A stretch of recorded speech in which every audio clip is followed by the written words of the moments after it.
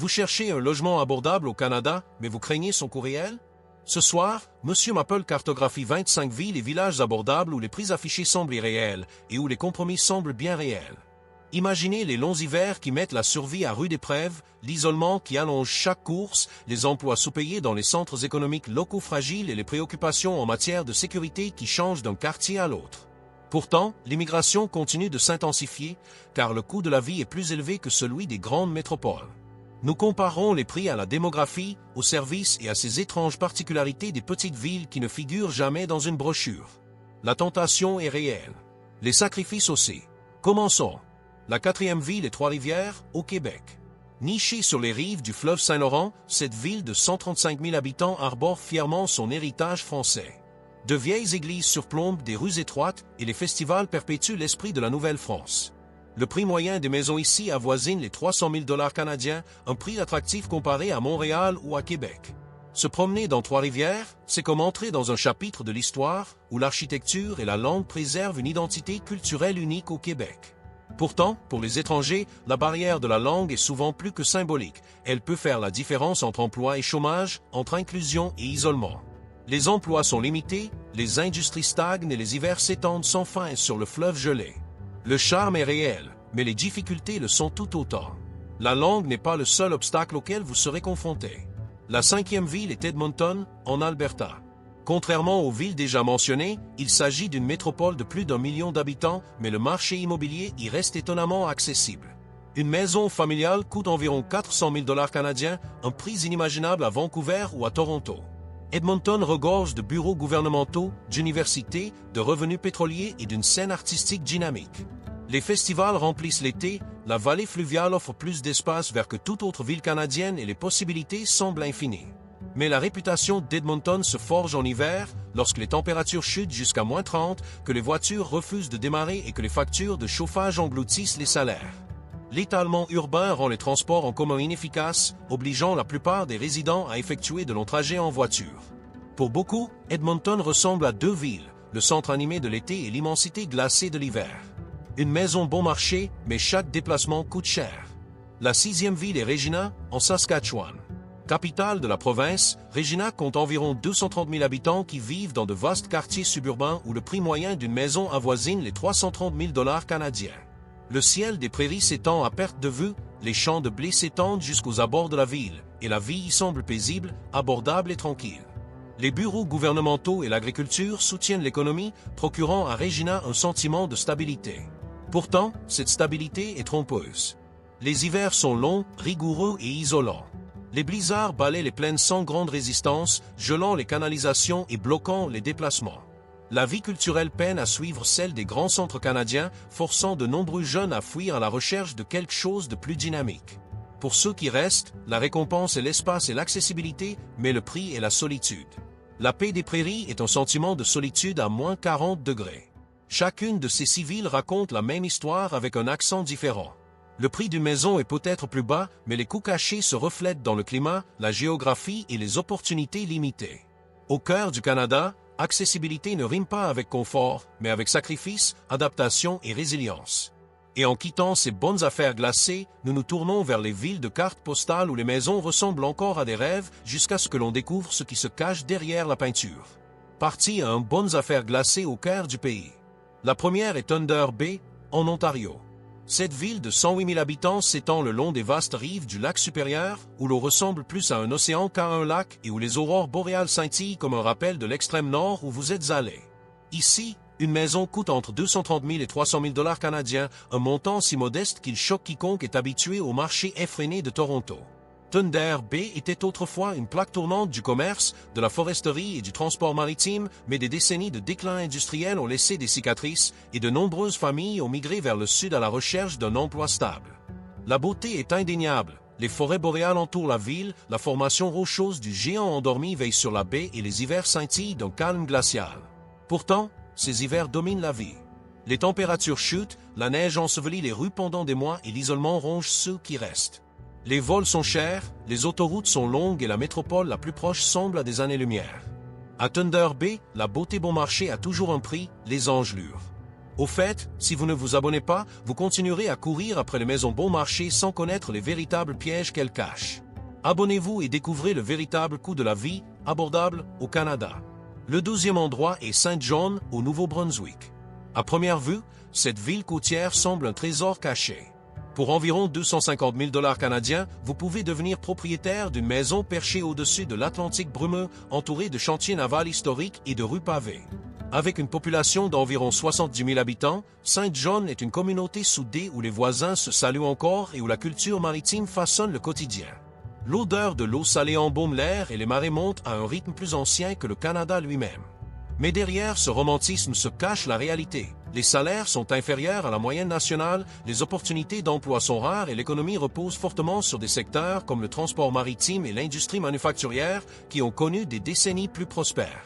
Le climat, lui aussi, est épuisant. Humide, pluvieuse et imprévisible, les tempêtes déferlent de l'océan sans prévenir, érodant non seulement le littoral, mais aussi l'optimisme des habitants. Les maisons de Saint John sont peut-être bon marché, mais la pluie et la rouille ne restent jamais cachées bien longtemps. La troisième destination est Red Deer, en Alberta. Située directement entre Calgary et Edmonton, cette ville de 100 000 habitants a longtemps vécu dans l'ombre de ses voisines plus grandes. Une maison moyenne se vend autour de 320 000 $ canadiens, une réduction alléchante pour ceux qui sont exclus des grands marchés albertains. Sur le papier, Red Deer a beaucoup à offrir. Un accès facile aux deux grandes villes, des commodités urbaines comme des écoles et des centres commerciaux, et la nature à 2 pas. Pourtant, la dépendance à l'égard de l'économie pétrolière albertaine plane comme un nuage d'orage. Lorsque les prix mondiaux s'effondrent, les emplois disparaissent, les familles partent et les affiches « à vendre » se multiplient. Les hivers ne sont pas plus cléments ici que dans le reste des prairies. Des vents violents balayent les plaines et les vagues de froid entraînent les températures vers des creux douloureux. Les étés offrent un bref répit, verdoyant et dynamique, mais ils disparaissent trop vite, laissant les résidents se préparer au prochain long gel. L'accessibilité financière de Red Deer véhicule le message caché que le temps presse toujours. La 10e ville est Winnipeg, au Manitoba. Surnommée la Porte de l'Ouest, c'est l'une des plus grandes villes du Canada où une maison coûte encore environ 350 000 $ canadiens. Plus de 700 000 personnes y vivent et, en apparence, elle offre tout, théâtre, université, grandes équipes sportives et une communauté artistique florissante. La Fourche, lieu de rencontre historique au confluent de 2 rivières, rassemble habitants et touristes autour de marchés alimentaires et de musique. Pourtant, Winnipeg jouit d'une réputation qui ne se dément jamais. Les hivers peuvent descendre jusqu'à moins 40 degrés, les rivières débordent et le taux de criminalité dans certains quartiers reste obstinément supérieur à la moyenne nationale. La résilience de la ville est légendaire, mais la résilience elle-même est le prix à payer pour l'accessibilité. Des toits bon marché, mais la sécurité a un prix. Le 11e exemple est Fredericton, au Nouveau-Brunswick. Avec seulement 60 000 habitants, on a l'impression d'être dans un village déguisé en capitale. Les maisons se vendent environ 310 000 $ canadiens, nichées le long du fleuve Saint-Jean sous des érables. Le rythme est calme et l'automne ici est un tableau, avec ses feuilles flamboyantes qui se reflètent dans l'eau. Les familles s'installent ici pour la paix, l'accessibilité et l'accès à la nature, mais beaucoup finissent par faire des compromis. Les emplois spécialisés sont rares, la vie nocturne est quasi invisible et l'hiver transforme les rues tranquilles en couloirs gelés. La paix a peu de prix, mais les opportunités, elles, coûtent cher. La 12e ville est Moncton, au Nouveau-Brunswick. Environ 80 000 personnes vivent dans ce centre des maritimes en pleine expansion, où le prix moyen des maisons avoisine les 320 000 $ canadiens. Les autoroutes convergent ici, l'aéroport relie la région et la ville est devenue un pôle commercial. À première vue, Moncton ressemble à une réussite, avec ses centres commerciaux, ses écoles et ses banlieues en expansion. La baie de Fundy, avec ses marées les plus hautes du monde, est à quelques minutes en voiture, offrant à la ville une merveille naturelle que peu d'endroits peuvent égaler. Mais les tempêtes s'abattent sur le littoral, provoquant des pannes de courant et inondant les quartiers. Les salaires restent modestes, le marché du travail limité et de nombreux jeunes professionnels partent encore vers les grands centres. Croissance sur le papier, tempête dans la réalité. C'est ainsi que ces villes de cartes postales révèlent leur double nature. Elles séduisent par leur beauté, leur couleur et leur charme, mais leur logement bon marché cache des conditions climatiques, salariales et géographiques. Ce que beaucoup n'ont pas anticipé, c'est que les prochaines villes prouveront que l'accessibilité peut être perçue moins comme un cadeau que comme un avertissement, où les cicatrices industrielles et le déclin démographique transforment les bonnes affaires en fardeau. Partie 2. Villes de cartes postales au prix trompeur. À première vue, certaines des villes les moins chères du Canada semblent dignes d'une couverture de magazine de voyage. Des façades éclatantes bordent les rues, les vagues s'écrasent sur les ports et l'architecture européenne ancienne vous fait croire que la vie ici doit être parfaite. Pourtant, la vérité se cache sous la surface, l'accessibilité a un coût élevé. Les maisons sont peut-être colorées, les cartes postales charmantes, mais cette aubaine cache des hivers, des salaires et des réalités qu'aucune image sur papier glacé ne montre jamais. La 7e ville est St. John's, à Terre-Neuve-et-Labrador. Perchée au bord de l'Atlantique, cette ville de 110 000 habitants semble tirée d'un tableau. Les maisons se vendent autour de 320 000 $ canadiens et depuis le port, la vue ressemble à une ville miniature aux couleurs vives, jaune et bleu. Les touristes s'émerveillent devant les maisons en forme de bonbons empilés sur les collines escarpées et une musique légère s'échappe des pans où les embaume le sel et la bière. Mais l'isolement définit St. John's plus que son charme ne pourrait jamais le faire. Les vols aller-retour coûtent parfois plus cher que les prêts immobiliers, les tempêtes frappent le littoral avec des vents de force ouragan et des quartiers entiers se sentent isolés lorsque les horaires des ferries s'effondrent. L'économie dépend des plateformes pétrolières et des flottes de pêche, laissant les travailleurs à la merci des marchés mondiaux et des caprices de la mer. Des rues colorées cachent un ciel économique gris. La 8e ville est Québec, au Québec. Avec plus d'un demi-million d'habitants, c'est la capitale de la province et l'une des plus anciennes villes d'Amérique du Nord. Pour environ 370 000 $ canadiens, vous pouvez devenir propriétaire d'une maison dans une ville où les rues pavées mènent à des forteresses centenaires et à des flèches gothiques. On y sent l'Europe sans quitter le Canada, avec la langue, la cuisine et la culture française ancrées dans la vie quotidienne. Les touristes affluent dans le vieux quartier, remplissant hôtels et restaurants de vie, mais pour les habitants, l'éclat s'estompe rapidement. Les hivers s'éternisent pendant 5 mois, les températures chutent bien en dessous de zéro et les factures de chauffage grugent les budgets. Le marché du travail exige un français courant, ce qui prive de nombreux étrangers d'opportunités. Québec séduit par son histoire, mais survivre ici exige plus que du charme. Le charme de l'Europe, mais les engelures ne sont pas mentionnées dans les brochures. La 9e ville est Sherbrooke, au Québec. En Estrie, environ 170 000 habitants vivent entre forêts, lacs et montagnes qui flamboient d'orange et de rouge en automne. Le prix moyen d'un logement ici est d'environ 340 000 $ canadiens, un prix alléchant comparé à celui de Montréal. La ville vibre au rythme de la jeunesse, grâce à plusieurs universités, et les cafés regorgent d'étudiants qui débattent de philosophie en français et en anglais. Le rythme semble plus léger, l'air plus frais et les sentiers sillonnent les collines juste après le centre-ville. Mais Sherbrooke n'échappe pas à ce thème récurrent du Canada. Les hivers sont marqués par des tempêtes de neige qui ensevelissent les voitures pendant des semaines, les opportunités en dehors de l'éducation et des soins de santé sont rares, et les salaires sont inférieurs à ceux des grands centres de la province. La vie est peut-être abordable, mais la croissance semble figée. Éducation bon marché, hiver coûteux. La 15e ville est Sudbury, en Ontario. Ville minière creusée dans le bouclier canadien, elle brille par ses 100 lacs et ses millions d'histoires de nickel, de fonderies et de salaires qui ont permis la construction de bungalows sur le roc. Environ 160 000 personnes vivent ici, où le prix moyen d'une maison avoisine les 350 000 $ canadiens et où, par temps clair, le ciel reflète l'argent et les pins. L'économie repose toujours sur l'extraction et l'ingénierie, et la communauté sait exactement comment réparer un camion en hiver, même avec des gants. Mais le sol se souvient. Les résidus miniers, le soufre et des décennies d'industrie ont laissé des traces qui ont mis des générations à cicatriser, et si les collines verdissent maintenant, le froid reste rude et persistant. Les voies ferrées sont vitales, les autoroutes sont des engagements mesurés en café et en verglas. Ces lacs scintillent au crépuscule, et pourtant les emplois fluctuent au gré de la demande mondiale, entraînant les familles dans des cycles d'heures supplémentaires, de licenciements et de déménagements tranquilles sur l'autoroute 69. Une vue sur le lac avec un arrière-goût de soufre. Le 16e est Bathurst, au Nouveau-Brunswick. Sur la baie des Chaleurs, une petite ville guette la météo sur l'eau et les petites annonces pour trouver une raison de rester. Le prix des maisons individuelles peut atteindre près de 190 000 $ canadiens, un chiffre qui incite les locataires des grandes villes à se pencher davantage sur leur écran. L'air sent le sel et l'épinette, l'horizon s'ouvre comme une porte et les voisins remarquent encore les variations de luminosité sur votre véranda. Mais une économie qui tourne au ralenti est une économie qui murmure adieu à sa jeunesse. Les offres d'emploi se répètent, les usines restent trop souvent inactives et les tempêtes hivernales s'alignent comme des trains de marchandises de novembre à avril. Les chasse-neige travaillent toute la nuit, les toits craquent et l'horaire de l'aéroport semble une suggestion. Ce que beaucoup n'ont pas vu venir, c'est la rapidité avec laquelle un prix avantageux devient le reflet d'une demande qui n'a jamais eu lieu. Quand la jeunesse s'en va, il reste des maisons bon marché. Le 17e est Corner Brook, à Terre-Neuve-et-Labrador.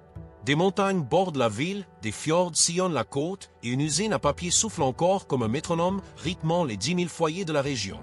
Une maison typique coûte près de 210 000 $ canadiens et les paysages semblent dessinés à la main.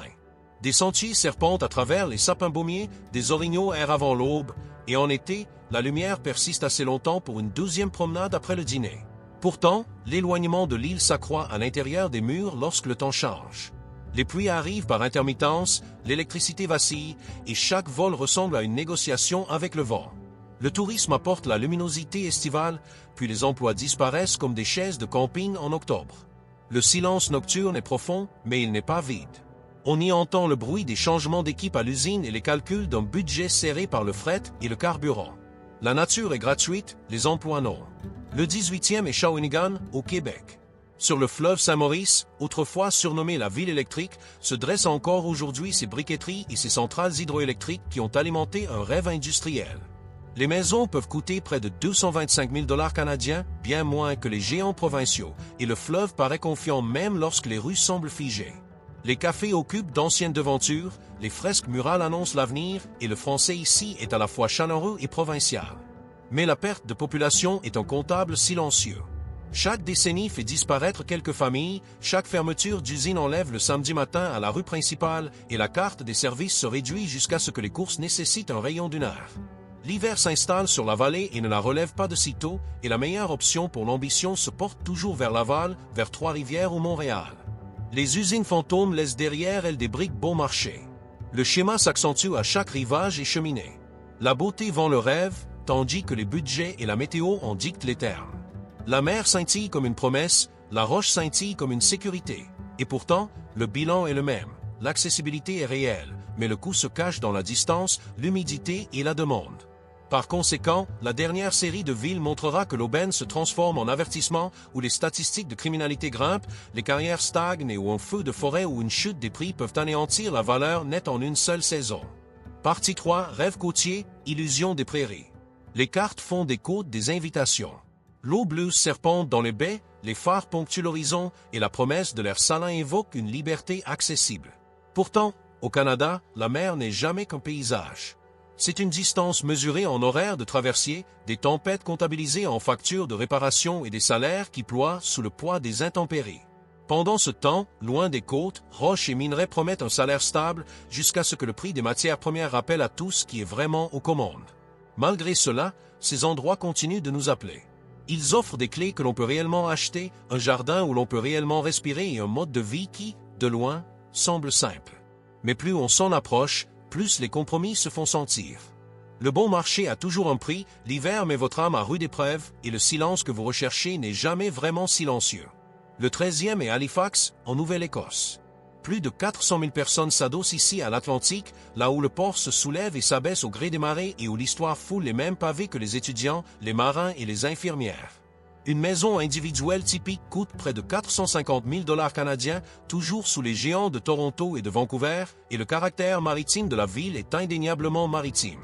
Les universités alimentent les cafés, un port en activité bourdonne le long d'une promenade animée par les musiciens de rue et l'air marin, et chaque festival d'été tente d'échapper au brouillard.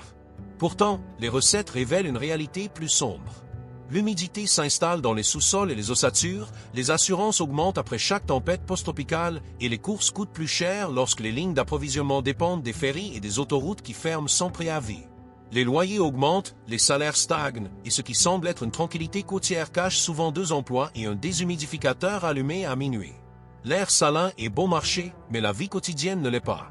Abonnez-vous à Monsieur Maple et la prochaine fois que vous verrez une maison bon marché au Canada, vous connaîtrez les hivers, la criminalité et le silence qui l'accompagnent. Ne vous laissez pas berner par l'illusion sans connaître la vérité. La 14e ville est Charlottetown, à l'île du Prince-Édouard. Avec ses 40 000 habitants, elle paraît presque trop pittoresque pour être une capitale, avec ses champs de terre rouge qui s'effacent dans le golfe du Saint-Laurent et ses maisons en pin d'épices bien enveloppées contre le vent. Les maisons se vendent généralement entre 300 et 320 000 $ canadiens et les nouveaux arrivants jurent qu'ils peuvent enfin respirer ici. Les rues sont courtes, les distances plus courtes et les visages familiers en une semaine. Pourtant, l'île a un prix. Les coûts de transport transforment les réfrigérateurs et les cloisons sèches en luxe, les bourrasques hivernales poussent la neige de travers dans les ruelles étroites et le marché du travail repose sur le travail saisonnier qui disparaît avec les touristes et les pommes de terre. Les familles prospèrent grâce à la communauté, puis peinent à trouver une carrière et l'horaire du traversier rappelle que le pont n'est jamais tout. Logement bon marché, épicerie coûteuse. Ce qui a commencé comme une liste de bonnes affaires se transforme en une carte de compromis. L'abordabilité est le titre, mais les petits caractères sont longs. Tendances criminelles, cycle des matières premières, horaires des traversiers, barrières linguistiques et hivers qui mettent votre patience à rude épreuve autant que votre thermostat. Par conséquent, les endroits les moins chers du Canada sont rarement les plus faciles à vivre. Elles exigent du courage, de la planification et une tolérance au silence qui n'en est pas un, juste la distance, le vent et le léger bourdonnement de la survie. Pourtant, il y a une raison pour laquelle les gens les choisissent, de l'espace pour respirer. Le temps de connaître ses voisins. Un ciel qui s'ouvre grand et des aurores boréales qui rappellent que le monde est plus vaste qu'une surenchère pour un studio. L'attrait est toujours là, mais la promesse non plus. Ce que beaucoup n'ont pas vu venir, c'est que la promesse elle-même, l'espace, les racines, la réalité pourrait bien être exactement ce vers quoi certains Canadiens sont encore prêts à rouler, avec la neige annoncée, le chauffe-moteur branché et l'espoir au cœur. Au final, la carte des villes canadiennes bon marché n'est pas une carte au trésor, mais un véritable registre. Une colonne énumère des prix qui semblent impossibles, l'autre tout ce que ces prix ne disent pas. Pourtant, l'arithmétique est plus humaine que financière. Elle compte les cycles de chauffage à l'aube, le sel sur les bottes, les nuits sans sirène et les noms des voisins qui possèdent des câbles de démarrage. Ici, une bonne affaire n'est jamais qu'un chiffre. C'est un accord conclu avec la météo, les salaires, la distance et le temps. En attendant, les images sont toujours aussi belles. Les phares brillent à travers le brouillard, les forêts boréales scintillent sous les aurores boréales, les vallées fluviales resplendissent après la neige fraîche. Malgré tout, la beauté a ses frais d'entretien. L'air salin corrode, l'humidité fait gonfler les encadrements de portes, la glace fait gauchir l'asphalte et le vent teste les bardeaux comme s'il était loué par une compagnie d'assurance. Le bon marché a toujours un piège, mais ce piège n'est pas toujours un piège. Parfois, c'est un programme scolaire. La ville vous apprend à y vivre. Par conséquent, l'accessibilité financière devient un critère de bien-être. Si vous voulez la culture à portée de main, payez-la dans une grande ville. Si vous voulez de l'espace et du silence, attendez-vous à devoir pelleter, conduire et attendre. L'hiver vous met à rude épreuve dans le nord et l'est, la langue trace une ligne à travers certaines parties du Québec et l'économie respire par cycle dans les prairies et les villes minières. Pourtant, le silence que tant de gens recherchent n'est jamais vraiment silencieux. Il bourdonne de patins sur la glace, de diesel au changement d'équipe et de la voix grave d'une radio dans une cuisine où quelqu'un budgétise le mois à l'aide d'enveloppes. Ce que beaucoup n'ont pas vu venir, c'est la dignité inhérente à ce compromis. Là où le marché sous-estime, les gens investissent trop les uns dans les autres. Des bénévoles ouvrent des patinoires, les plateformes de camions se transforment en camions de déménagement chaque mois d'août, et la première tempête de la saison est accueillie par des textos, des souffleuses à neige et des rires qui sonnent comme de la défiance. La maison est bon marché. La communauté ne l'est pas. On paie en heures, en main et en patience, et le retour arrive sous forme de noms qui se souviennent de vous. D'un autre côté, certains avertissements ne peuvent être effacés. Les prix chutent, entraînant avec eux des heures et des projets. Les cartes de la criminalité obscurcissent certains quartiers plus que d'autres. Les ferries sont annulées, les vols montent en flèche et le trajet jusqu'à un spécialiste prend une journée.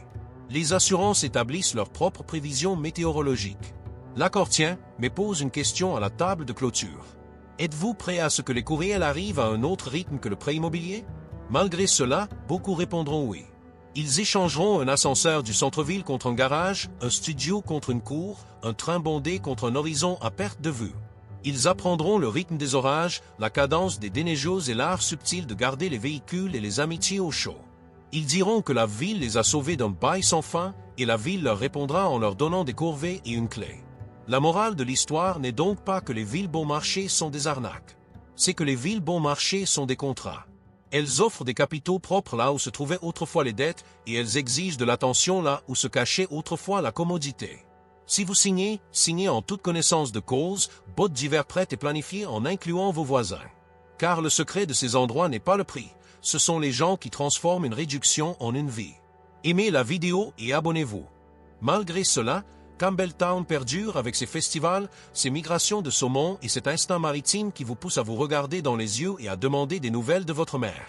Les hivers sont clairs et honnêtes, mais ils ne sont pas courts, et quiconque s'installe ici apprend la chorégraphie des chasse-neige et la patience face aux fermetures de ponts. Les visites médicales se transforment en excursions d'une journée, les rendez-vous avec les spécialistes deviennent des événements. Parallèlement, l'accessibilité financière qui attire les nouveaux arrivants implique une responsabilité. Faire du bénévolat, s'organiser, être présent, car dans des villes de cette taille, la frontière entre résidents et promoteurs est très mince. Le bon marché peut devenir inestimable lorsqu'il est partagé, mais il ne se paie pas tout seul. La 23e ville est Moose Jaw, en Saskatchewan.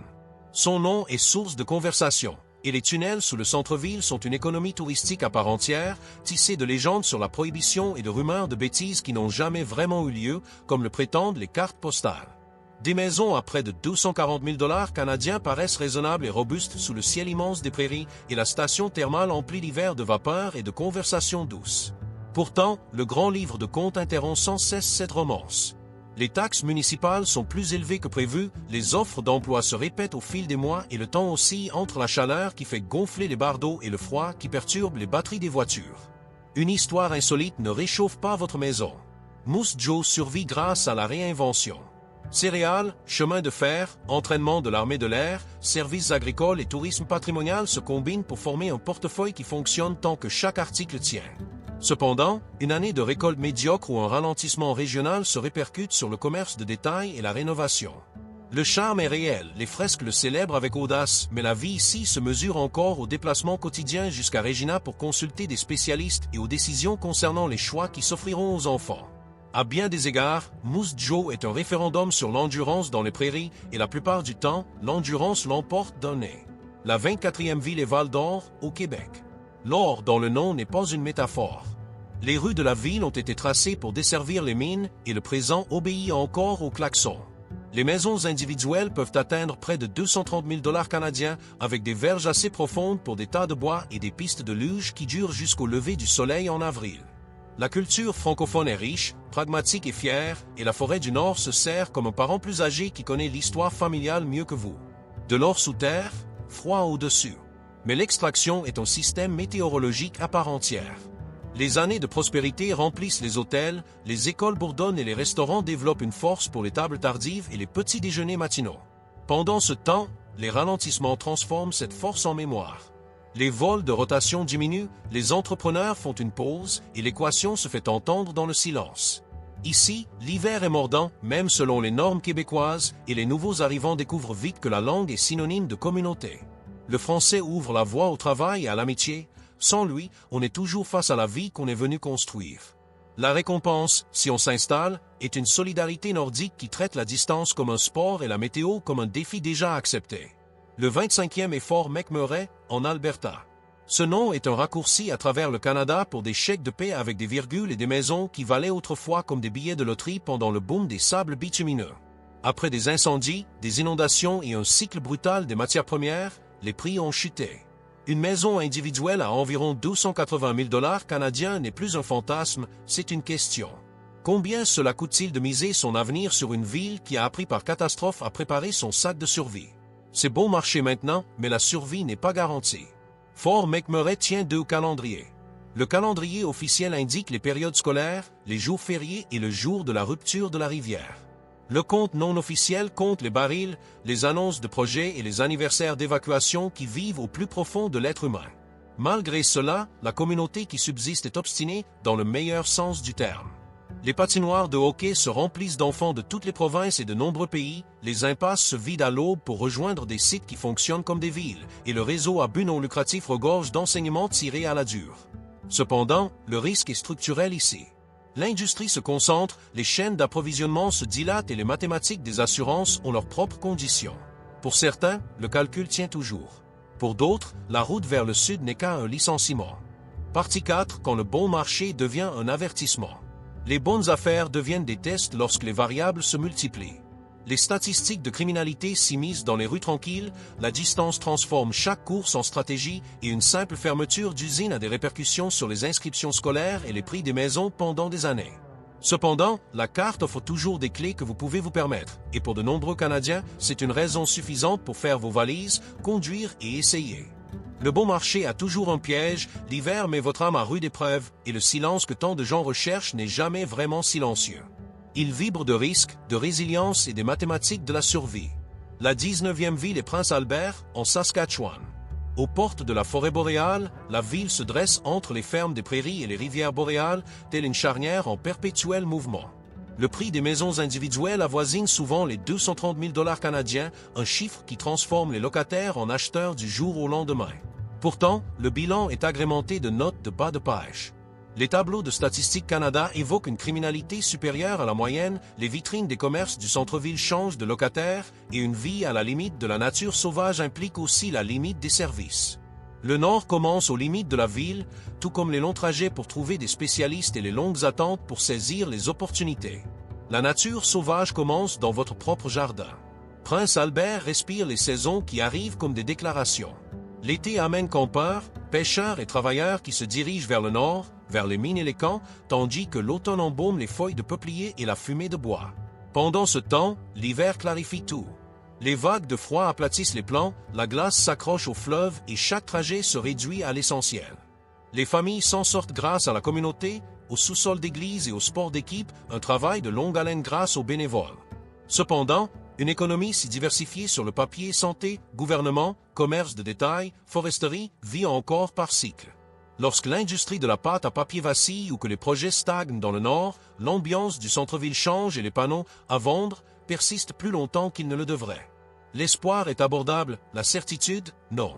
Le 20e exemple est celui de Sydney, en Nouvelle-Écosse. Sur l'île du Cap-Breton, le port se courbe comme une main en coupe et la musique s'échappe de portes qui ont survécu aux industries. Une maison typique valant près de 240 000 $ canadiens semble un miracle jusqu'à ce qu'on considère l'âge des toits et celui des résidents. Les mines ont fermé, l'acier a refroidi et la population a vieilli sur place tandis que les jeunes partaient pour Halifax, en Ontario, ou n'importe où un recruteur paierait des billets d'avion. Malgré cela, l'île sait accueillir. Les airs de violon résonnent un mardi, le brouillard océanique adoucit les journées difficiles et les voisins se souviennent de l'époque où les patins de hockey de votre enfant étaient trop grands. Les maisons sont bon marché, mais l'avenir semble déjà fermé. Les trajectoires des tempêtes ajoutent une taxe invisible sur un prêt hypothécaire. Chaque automne fouette les bardeaux et les quais, les assurances murmurent au sujet des franchises et les rayons des épiceries prouvent à quelle vitesse les lignes d'approvisionnement se raréfient lorsque les traversiers attendent la fin de la houle. Pendant ce temps, les nouveaux arrivants poursuivent le rêve d'une vie côtière pour constater que les salaires et les emplois se resserrent après la fin de la saison touristique. Le calme ici est magnifique, mais il peut devenir pesant en février lorsque le calendrier change, que le vent souffle de travers et que les offres d'emploi se répètent encore. L'océan donne, mais il mesure aussi. Le 21e est Timmins, en Ontario. Sculpté dans la forêt et la roche, Timmins porte l'exploitation minière et le diesel en mémoire. Le prix d'une maison individuelle, autour de 250 000 $ canadiens, séduit quiconque est prêt à troquer les trajets domicile-travail contre le froid, la circulation contre le bois et le bruit contre ces clartés nordiques brutales que l'on ressent à moins 30 degrés. Mais le prix est à la clé, la distance. Prendre l'avion coûte cher, emprunter les autoroutes exige de la prudence et faire ses courses exige un programme du samedi qui commence par la météo. L'accessibilité financière coûte chaque kilomètre d'isolement. Timmins fonctionne par rotation. Les quarts de travail changent aux portes d'embarquement, les routes commerciales sont déneigées à l'aube, et les familles rythment leur vie en fonction des périodes de paix et des vacances scolaires. Lorsque les prix mondiaux des métaux augmentent, l'optimisme aussi. De nouveaux camions font leur apparition dans les allées, les rénovations commencent enfin et les restaurants se remplissent d'équipes en gilet haute visibilité. Cependant, le cycle tourne aussi sûrement que les saisons. Les projets s'interrompent, les travailleurs partent vers le sud et les offres d'emploi se multiplient. La forêt reste, mais pas toujours les emplois. Ce qui perdure, c'est une culture de la réparation, de la surveillance des voisins lorsque la température chute et de la célébration des petites victoires par de grands repas. À Timmins, la résilience n'est pas un slogan. C'est une routine. Le 22e exemple est Campbelltown, au Nouveau-Brunswick. La rivière Restigouche s'élargit comme une vue digne d'un timbre-poste, avec les collines bleues du Québec qui se dressent au loin. Une maison à 185 000 $ canadiens semble un secret jusqu'à ce qu'on se demande pourquoi elle est encore disponible. Le déclin démographique se fait discrètement, fermant un café ici, réduisant une salle de classe là, et la promesse bilingue de la vie de ville frontalière ne peut pas toujours compenser le nombre d'emplois disparus avec le dernier camion de l'usine. Quand les gens partent, les maisons restent vides.